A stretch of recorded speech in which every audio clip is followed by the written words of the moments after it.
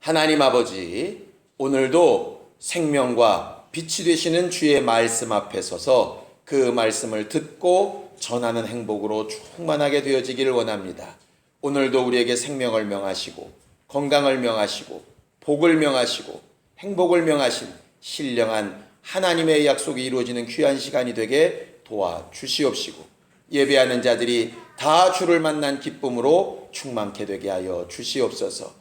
믿음으로 헌금한 손길들 위해 복을 주시고 하나님의 나라에서 저들이 주께 받을 것이 있도록 언행심사가 다 하나님의 일에 함께하는 우리 모두가 되게 도와주시옵소서. 예수님의 이름으로 기도하였습니다. 아멘. 하나님의 말씀은 마태복음 8장 14절에서 17절까지 말씀을 함께 같이 합독하겠습니다. 마태복음 8장 14절에서 17절까지 말씀을 함께 같이 합독하겠습니다. 함께 읽습니다. 시작. 예수께서 베드로의 집에 들어가사 그의 장모가 열병으로 앓아 누운 것을 보시고 그의 손을 만지시니 열병이 떠나가고 여인이 일어나서 예수께 수종들더라. 저물매 사람들이 귀신 들린 자를 많이 데리고 예수께 오거늘 예수께서 말씀으로 귀신들을 쫓아내시고 병든 자를 다 고치시니 이는 선지자 이사야로 하신 말씀에 우리 연약한 것을 친히 담당하시고 병을 짊어지셨도다 함을 이루려 하심이더라. 아멘. 우리 하나님은 우리의 짐을 날마다 져주시는 하나님이라고 우리가 지난주에 잘 배웠습니다. 침례 요한이 예수를 향하여 고백한 것처럼 보라 세상 죄를 지고 가는 어린 양이라 하는 그 말씀이 바로 우리의 죄의 짐을 대신 짊어지고 가시는 어린 양, 속죄일 날 아사셀 염소라 우리가 그렇게 지난주에 잘 배웠지요.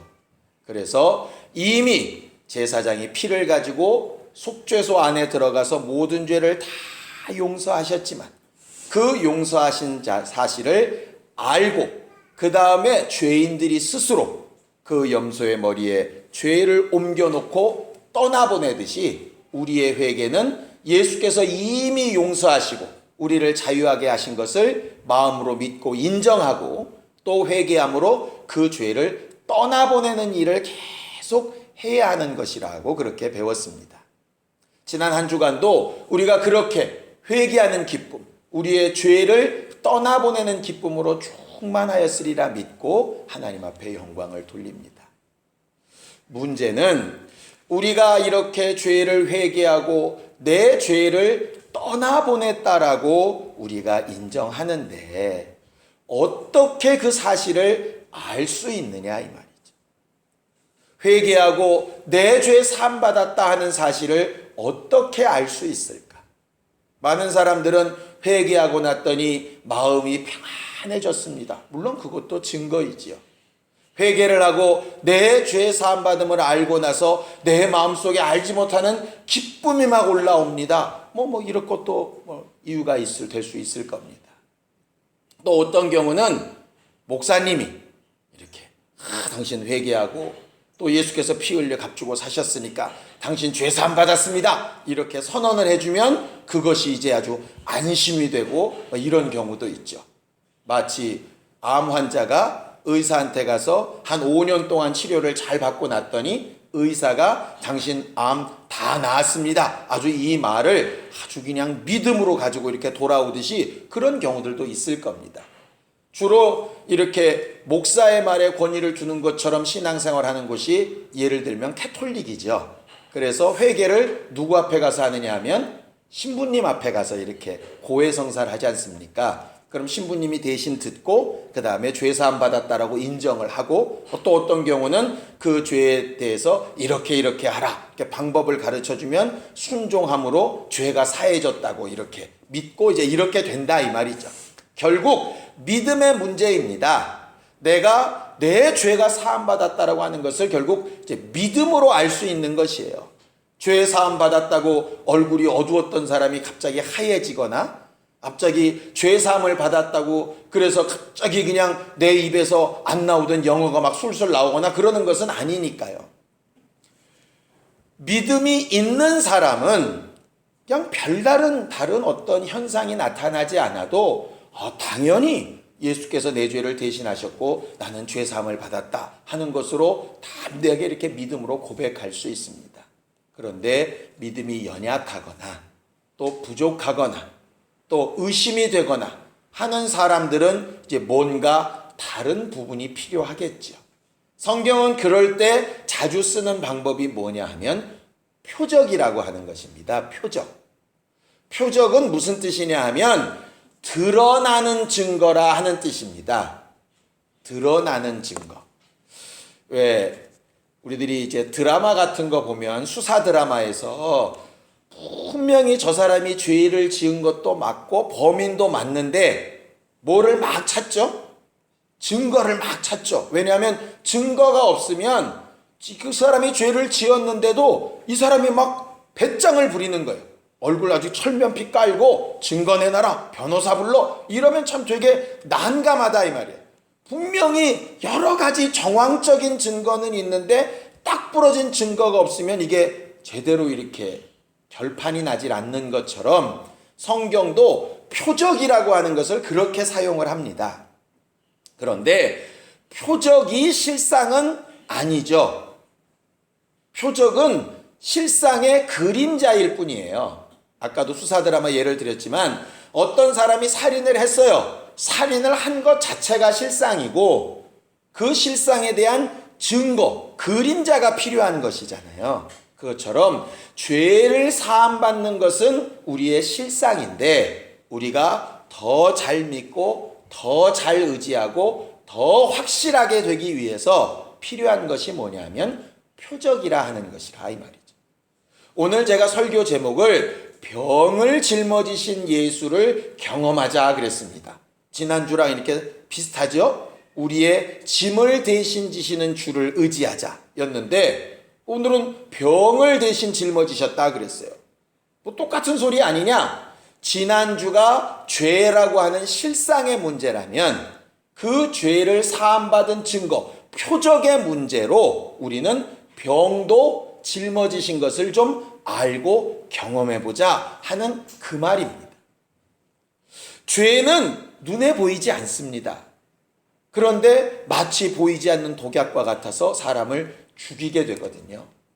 그 죄가 눈에 보이게 드러나는 것을 성경은 뭐라고 설명하냐면 저주라고 설명을 합니다. 저주. 그래서 처음에 에덴 동산에서 아담과 하와가 범죄하였을 때 그 하와가 범죄하게 한 그 원흉이 있었죠. 아담이 범죄하게 한 데는 하와가 결정적인 역할을 했고 하와가 범죄하는데 결정적인 역할을 한 것이 뱀이었잖아요. 그래서 하나님께서 그 죄를 지은 뱀에게 처음 하신 말씀이 내가 너로 저주를 받게 해서 배로 땅을 다니게 하겠다. 이렇게 저주하신 얘기가 나옵니다. 그리고 그 다음에 이제 하와의 꼬임에 빠져서 선악과를 따먹은 아담에게도 똑같이 저주하시죠. 그래서 뭐라고 얘기하시냐면 너로 인하여 땅이 저주를 받아서 이제부터는 가시와 엉겅퀴를 내게 될 거다. 이렇게 하시는 거예요. 그리고 에덴 동산에서 쫓아내실 때 가죽 옷은 지어 입히시지만 신발은 지어 입히시지 않으셔서 그 맨발로 가시나 엉겅퀴를 밟을 때마다 자기 눈에 보이지 않고 망각하고 싶은 죄의 그림자가 여기에 있다 하는 것을 이렇게 보게 되는 것이죠.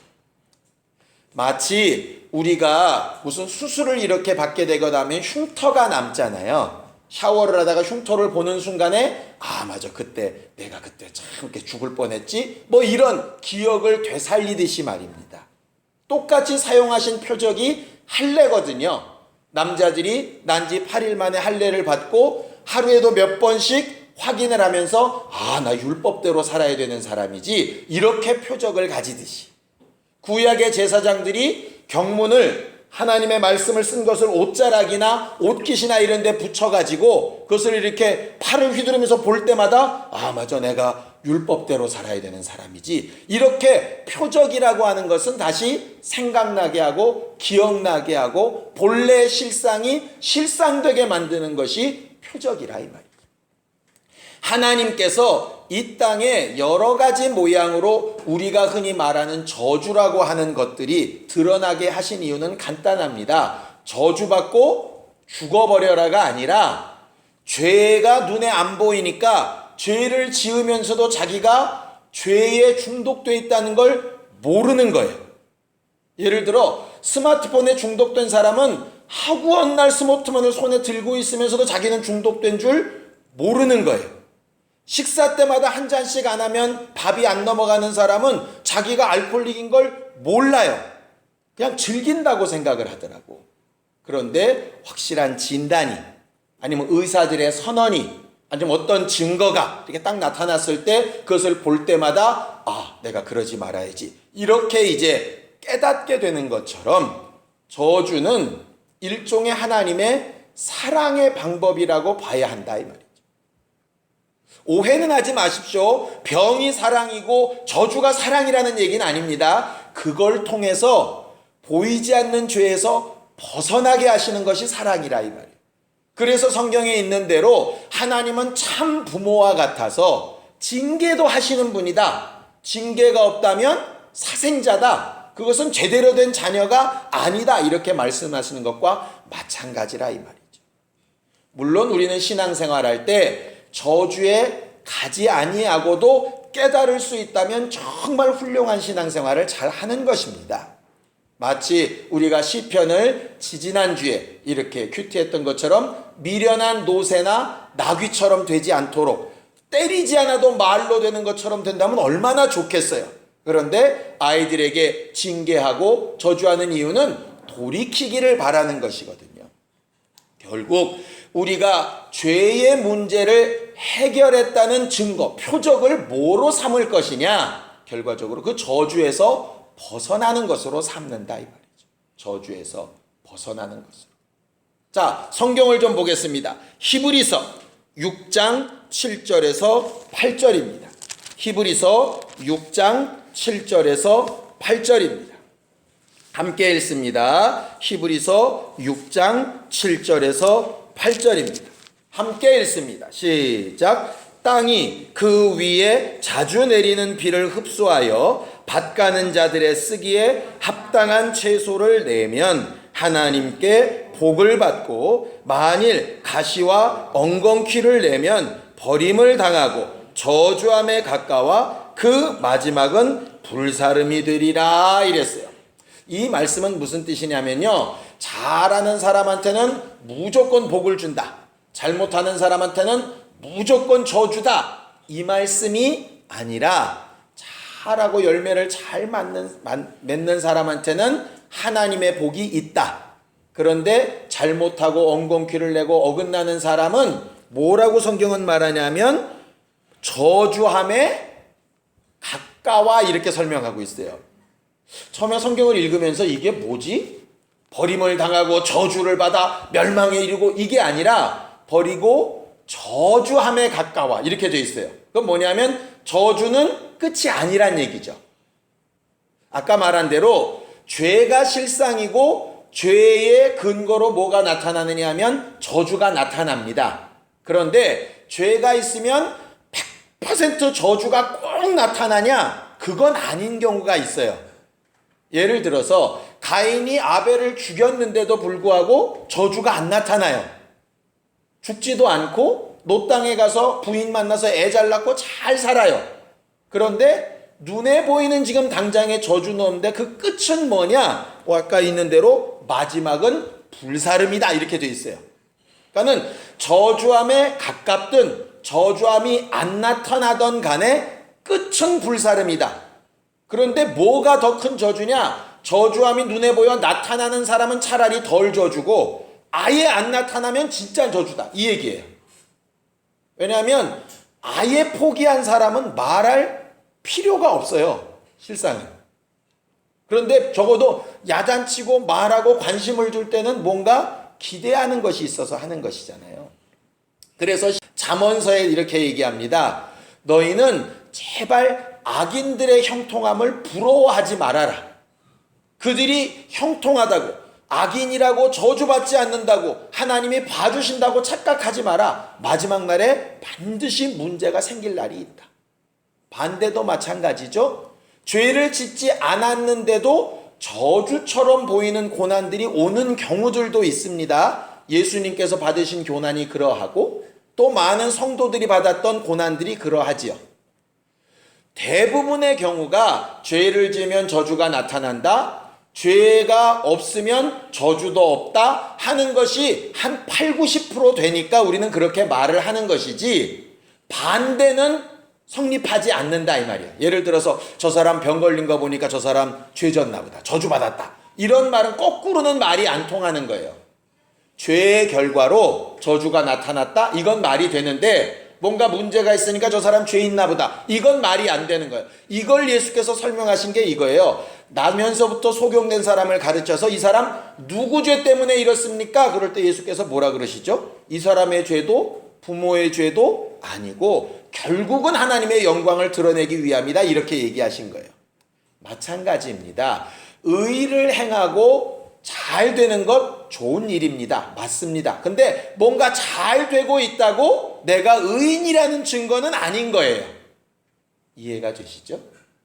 믿고 구하는 것으로 귀신을 쫓아낼 수 있습니다. 그런데 귀신을 쫓아낸다고 잘 믿고 의인이라는 얘기는 아니에요. 이 거꾸로는 이행이 안 된다 이 말이죠.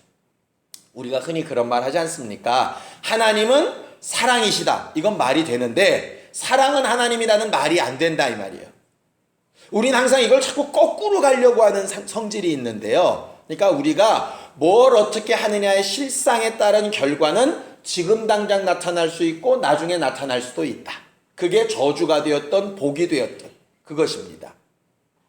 실상은 나타나는 것과 상관없이 믿음으로 아는 것이 가장 중요한 것이고, 믿음으로 다 알 수 없는 연약함 때문에 부수적으로 주신 것이 표적으로 드러나는 것이다 라고 이렇게 인정하면 좋을 것 같다 이 말이죠.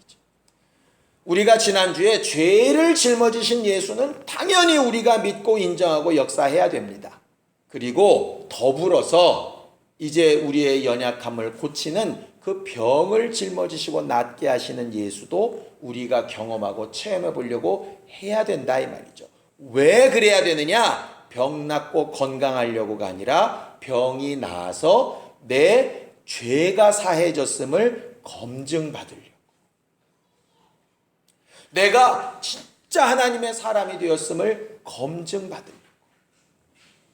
물론 그 병이 안 나아도 내가 주의 속죄하심과 나를 사랑하심을 인정하면 좋겠지만, 내가 연약하니 그 부분을 이루고 경험해서라도 그 부분을 체험하려고 말이죠. 어른이 되면 부모가 내게 딱히 물질적으로 환경적으로 뭘 해주지 않아도 나를 사랑하는 걸 알지만, 어렸을 때에는 뭐를 사주고 내 소원을 들어주고 입에 뭐가 들어가고 그래야 부모가 나를 사랑한다고 알지 않습니까? 그 연약한 부분을 채우는 일로 마치 비유처럼 그렇게 주시는 것들이 표적들이라 이 말이죠. 표적이 잘못됐다는 거 아닙니다. 표적 있어야 합니다. 내가 연약할 때는 나를 위하여 필요하고요, 나는 필요 없을지라도 다른 연약한 사람들, 아예 믿음 없는 사람들을 위해서 필요합니다. 그래서 당연히 표적은 구해야 하는 것이에요. 문제는 뭐냐? 표적이 없으면 믿음도 없다고 착각하는 게 문제인 것이고요, 증거가 안 드러나면 기존에 가지고 있던 내 믿음 자체가 흔들려 버리는 게 문제가 되는 것이에요. 원수는 자꾸 그 부분까지 사용을 하거든요. 얼마나 교묘한지 아십니까? 지난주에도 말했던 것처럼 죄를 깨닫지 못하게 하는 게 원수입니다. 죄를 깨달으면 죄에 아주 휩싸여 버리게 하는 것이 원수예요. 얼마나 교묘한지 몰라요. 표적을 필요 없다고 하면서 아주 피상적으로 신앙생활하게 만듭니다. 또 표적을 구하고 보게 되면 표정만 따라가게 만들어서 표적이 없으면 본질을 의심하게 만드는 게 원수예요. 이렇게 더 나가게도 하고 덜 나가게도 하고 막 이렇게 움직이게 되는 것이 원수의 일이라 이 말이죠. 그러니 예수께서 어쩔 때는 이적을 많이 나타내시기도 하고 어쩔 때는 이적을 하나도 없이 소수의 병자만 고치고 지나가시기도 하고 그럼에도 불구하고 예수는 달라지는 것이 없이 똑같은 하나님의 아들이고 똑같은 구주라 이 말이죠. 우리가 믿는 것은 표적을 믿는 게 아니라 예수 믿는 것이고요. 증거를 믿는 게 아니라 예수 믿는 겁니다. 예수 믿는 것에 대한 표적, 예수 믿는 것에 대한 증거도 보면 좋은 것이고 그것을 가지고 다른 이들을 유익하게 하면 더 좋은 것이고 더 좋은 것을 찾는 신령한 우리가 되기를 예수님의 이름으로 축원합니다. 예수께서 이것을 다른 곳에 이렇게 설명하셨어요. 자, 마태복음 9장입니다. 우리 본문 바로 뒤에 마태복음 9장 5절 6절을 함께 보겠습니다. 한 중풍병자가 와서 예수께 고쳐달라고 그렇게 말했을 때 예수께서 하신 말씀이죠. 5절 6절입니다. 시작. 내 죄사함을 받았느니라 하는 말과 일어나 걸어가라 하는 말이 어느 것이 쉽겠느냐. 그러나 인자가 세상에서 죄를 사하는 권세가 있는 줄을 너희로 알게 하려 하노라 하시고 중풍병자에게 말씀하시되 일어나 내 침상을 가지고 집으로 가라 하시니 이랬어요. 이 사람은 병을 낫게 해달라고 왔는데 예수는 뭐에 대해서 말씀하시냐면 네 죄 사함 받았다 이렇게 얘기하시는 거예요. 왜냐하면 보이는 표적인 그림자보다 실상이 중요하니까. 그런데 왜 나중에 병을 고쳐주셨느냐? 죄 사하는 권세가 있다는 것을 믿음 없는 사람은 몰라요. 그러니까 너희들이 내가 죄 사하는 권세가 있다는 그 증거를 보게 하려고 병도 낫게 하시는 것이라 이 말이죠. 별책부록입니다. 별책부록. 그런데 마치 아이들이 햄버거 가게나 이런 데 가면 무슨 세트 할 때 있죠. 그럼 거기에 뭘 하나 껴주냐면 플라스틱으로 된 이런 장난감들을 껴줘요. 정말 조잡스럽고 한두 번 놀면 다 갖다 버려야 될 쓰레기인데 그걸 위해서 세트를 비싼 돈 주고 사죠. 그리고 햄버거는 누가 먹냐? 엄마가 먹어요. 그러니까 본질과 껍데기가 뒤집어진 예죠. 그런 것들이 신앙생활에 곳곳에서 자주 드러난다. 우리가 병 낫기도 구하고 가난에서 벗어나기도 구해야 됩니다. 왜냐? 예수께서 죄를 대신하기 위해서 피 흘리셨다라고 성경은 분명히 말하고 있고요.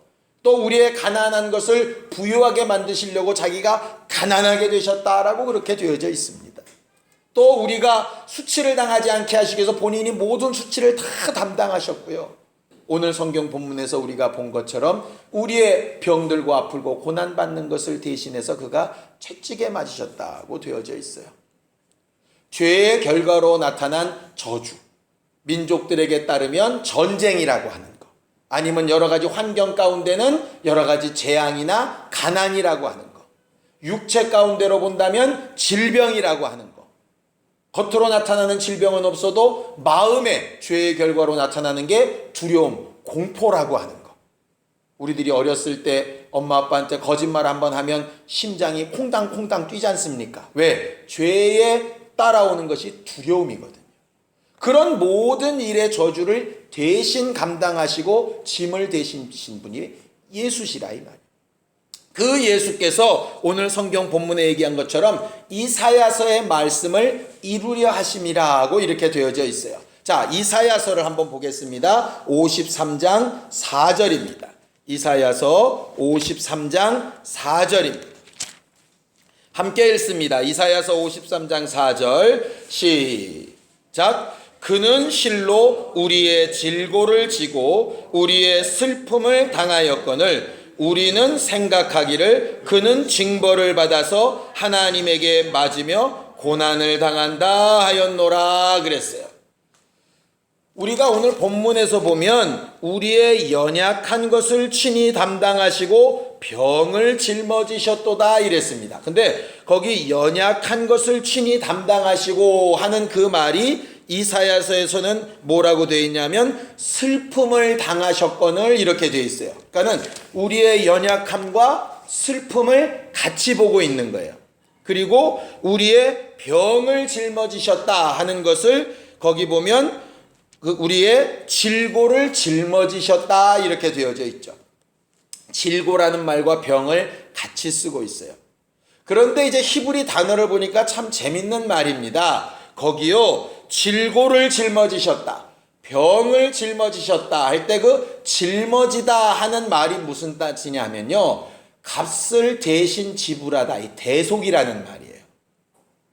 이미 값을 치러 놓았다. 그러니 다시는 값을 치를 필요가 없다 하는 그 말이에요. 우리의 병을 짊어지신 예수라 하는 말은 우리가 아파야 되고 고난받아야 될 값을 이미 대신 아프셔서 치러 놓으셨다 이 말이죠. 그리고 또 거기 우리의 슬픔을 담당하셨다 할 때 그 담당은요, 동이 서에서 먼 것처럼 멀리 옮겨놓다 이런 말이에요. 멀리 옮겨놓다. 그것이 영향을 미치지 못하도록 멀리 옮겨놓다. 예수께서 그 일을 우리에게 표적으로 주신 것이라 이 말이에요. 우리의 죄가 사함받고 우리가 하나님 앞에 용서받은 사람이라는 증거로 우리의 병의 값을 대신 치러 놓으셨고, 또 우리의 모든 슬픔이나 연약함을 멀리 떨어져 나갈 수 있도록 우리에게 영향을 미치지 않도록 그렇게 옮겨 놓으신 이가 예수시라 하는 것이죠. 문제는 뿌리가 뽑힌 나무가 그 나무 끝까지 다 마르기 위해서 시간이 걸리는 것처럼 예수께서 이미 해놓으신 그 병의 문제, 우리의 연약함과 가난의 문제가 말라지고 시들어지고 힘을 잃을 때까지 시간의 인내가 필요한데 그 부분을 감당치 못하기 때문에 자꾸 속고 연약하게 되는 것이고, 또 그것을 하나님의 이적으로 더 빨리, 더 급하게, 더 쉽게 이렇게 할 수 있는데 그 능력이 함께하지 못하니까 그렇게 되는 경우들이 있다 하는 것입니다. 성경에 나타난 이적이라고 하는 것은요, 하나님께서 시간을 줄이시고 짧게 하시는 거예요. 예를 들어 병의 근원이 되는 죄가 떠나간 다음에 그 다음에 당연히 뿌리가 뽑혔으니 나무가 마르듯이 병이 점점점 말라져 나아야 되는데 그 시간을 짧게 줄여주고 빨리 하는 것이라 이 말입니다. 마치 병의 근원이 떠난 다음에라도 환부를 정말 고름을 막 째내는 수술을 하듯이 이미 이제 병균은 빼나갔을지라도 이미 생긴 염증을 위해서 약을 쓰듯이 똑같은 얘기예요. 그렇게 우리는 병 고치는 은사도 사모하고 구해야 하는 것이라 이 말이죠. 문제는 병이 낫는 일도 참 중요하지만 그 병 낫는 일을 왜 알게 하셨느냐 하면 죄 사함 받았다는 사실을 알게 하기 위해서. 가난에서 벗어나는 일 참 중요한 일이지만 왜 가난에서 벗어나게 하셨냐면 죄 사함 받았다는 걸 알게 하시기 위해서 하신 것이에요. 오늘 보면 베드로의 장모가 병들어서 거의 죽게 되었습니다. 예수께서 오셔서 어떻게 하시느냐, 그 여자를 보시고 손을 이렇게 만지시면서 위로하세요. 그러더니 열병이 떠나가고 그가 급히 일어나서 예수를 수종들었습니다. 그 앞에는 문둥병자를 향하여서는 손을 내밀어 그를 붙잡으시면서 내가 원하노니 깨끗함을 받으라 이렇게 말씀하시더니 그가 병이 나았습니다. 그 다음에 나오는 백부장의 하인은 말씀으로만 해달라 그래서 내 믿음대로 되라 하시는 말씀 한마디로 그의 병이 나았습니다. 또 우리가 본문에 오늘 본 것처럼 귀신 들린 자들이 많이 왔는데 그때는 또 귀신을 쫓아내시고 병을 고쳐 주셨습니다. 아까 우리가 읽은 것처럼 중풍병자한테는 내 침상을 들고 걸어가라 말씀하시는 것으로 고치셨습니다. 예수가 고치시는 방법은 여러 가지였어요. 말씀으로도 하시고 손도 대시고 만지기도 하시고 위로도 하시고 명령도 하시고 죄사함도 말씀하시고. 그런데 그 모든 여러 가지 방법을 공통적으로 꿰뚫고 있는 것 단 하나가 있습니다. 뭔지 혹시 느껴지시나요? 문둥병자에게 손을 대시고 백부장의 하인에게 또 베드로의 장모에게 많은 귀신 들린 사람에게 중풍병자에게 뭐 여러 가지 모양으로 병을 고치시는데 그 모든 사건을 꿰뚫고 있는 단 한 가지가 있다. 말씀입니다. 말씀. 그가 문둥병자에게도 말씀하셨어요. 백부장의 하인에게도 말씀하셨어요. 베드로의 장모에게도, 그 다음에 귀신 들린 자들에게도, 거라사 광인에게도, 또 중풍병자에게도 예수는 뭐 하셨냐면 말씀하셨어요. 귀신이 나가라고 말씀을 하시든, 죄사함을 받았다고 말씀하시든, 내 침상을 들라고 말씀하시든, 네 손을 내밀라라고 말씀하시든 그는 말씀하셨어요. 그리고 언제 병나음이 나타났느냐? 그 말씀에 순종할 때 나타났어요. 그러니까 귀신을 쫓아서 병 낫는 것도 맞는데 원칙은 뭐냐면 귀신을 명령하시는 말씀, 그리고 그 말씀에 순종되어지는 결과, 그게 병이 낫는 것이에요. 그래서 시편은 이렇게 얘기합니다. 자, 시편 107편 20절입니다. 시편 107편 20절입니다. 함께 읽습니다. 시편 107편 20절입니다. 함께 읽습니다. 시작. 저가 그 말씀을 보내어 저희를 고치사 위경에서 건지시는도다 그랬습니다. 귀신에게 명하든 영혼에게 명하든 환경에 명하든 사람에게 명하든 하나님의 말씀, 그 말씀이 치료하고 표적과 증거를 나타내는 능력이 되는 것이고, 거기에 순종되어질 때에 하나님께서 일하시기 시작하시는 것입니다. 병의 원인 여러 가지로 볼 수 있습니다. 그런데 그 뭐가 원인이냐의 문제를 말씀하신 것이 아니라 어떻게 해야 낫느냐의 문제인 거예요. 예를 하나 들죠. 아까 그 중풍병자에게 네 죄 사함 받았다 얘기하실 때 네 어떤 죄라고 말씀하신 적이 없어요. 죄의 종류는 상관이 없어요. 죄의 내용도 상관이 없어요. 뭐가 중요하냐? 예수로 인하여 죄가 사함받은 게 중요한 거고, 죄를 사함받은 사람이 예수의 명령에 순종할 때 그 증거와 표적으로 병이 나은 게 중요한 거예요. 병의 원인이 뭐다? 알면 똑똑하겠지요. 그러나 그 존재를 아는 것보다 더 중요한 건 죄사함 받았다 하는 것에 대한 믿음이고, 그 결과로 죄사함 받은 사람이라면 보내신 말씀에 순종해야 되고, 그 증거로 나타나는 표적이 병도 낫고 가난에서도 여러 가지 두려움과 공포에서도 자유케 되는 일이라 이 말이죠. 그 안에 귀신을 쫓아내라는 명령도 있으니까 그것도 하는 것입니다. 그렇게 하나님의 말씀에 순종하기로 결단하지 않으면 아까 말한 햄버거 세트처럼 진짜 본질은 상실하고 겉으로 보여지는 아주 화끈한 어떤 부분에 마음이 빠져서 그것으로 인해서 내가 원하는 결과가 나타나지 않을 때 거꾸로 낙심이 되어져 버리는 이상한 결과가 드러날 때도 있다 이 말이죠. 우리는 병이 낫고 가난에서 벗어나면 정말 행복하겠지만 그리하지 않을지라도 죄사함 받은 믿음만큼은 버리면 안 되는 사람들입니다. 그것을 보증받기 위해서 이 표적이 필요한 거니까. 지난주 제가 미리 왜 죄의 짐을 대신 짊어지신 예수를 먼저 한 주간 얘기하고 이런 실생활의 부분을 따로 얘기하는지를 여러분들이 좀 기억해 주셨으면 좋겠습니다.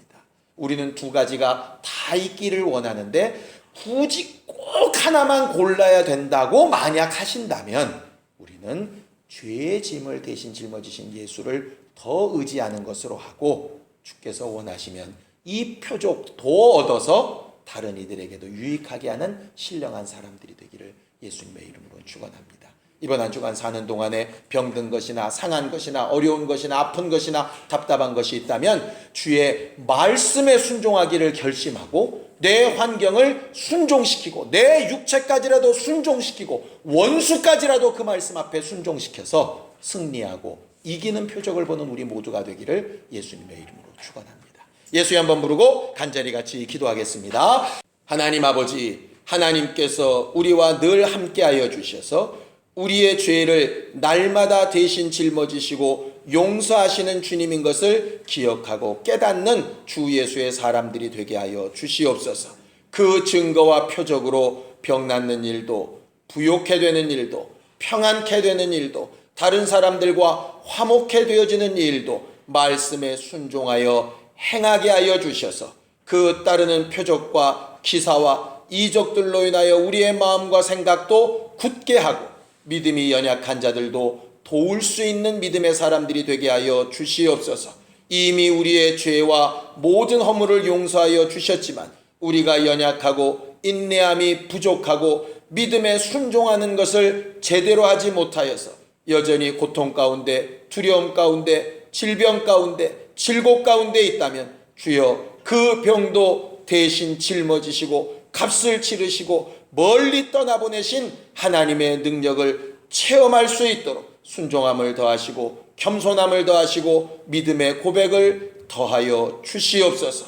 날마다 성령으로 우리에게 말씀이 생각나고 깨달아지게 하여 주셔서 말씀을 보내어 고치시고 위경에서 건지시는 하나님의 능력을 보게 하여 주시옵시고 주의 말씀 앞에 마음을 넓혀 순종하기를 결단한 우리 모두가 다 되도록 도와주시옵소서. 예수님의 이름으로 기도하였습니다. 아멘. 이제는 우리 주 예수 그리스도의 은혜와 하나님 아버지의 극진하신 사랑과 성령님의 감동하시고 역사하시는 분명한 증거가 하나님의 말씀에 순종함으로 병을 대신 짊어진 주의 공로를 경험하기를 원하는 우리 모두 위에 이제부터 영원까지 함께 있을지어다. 아멘.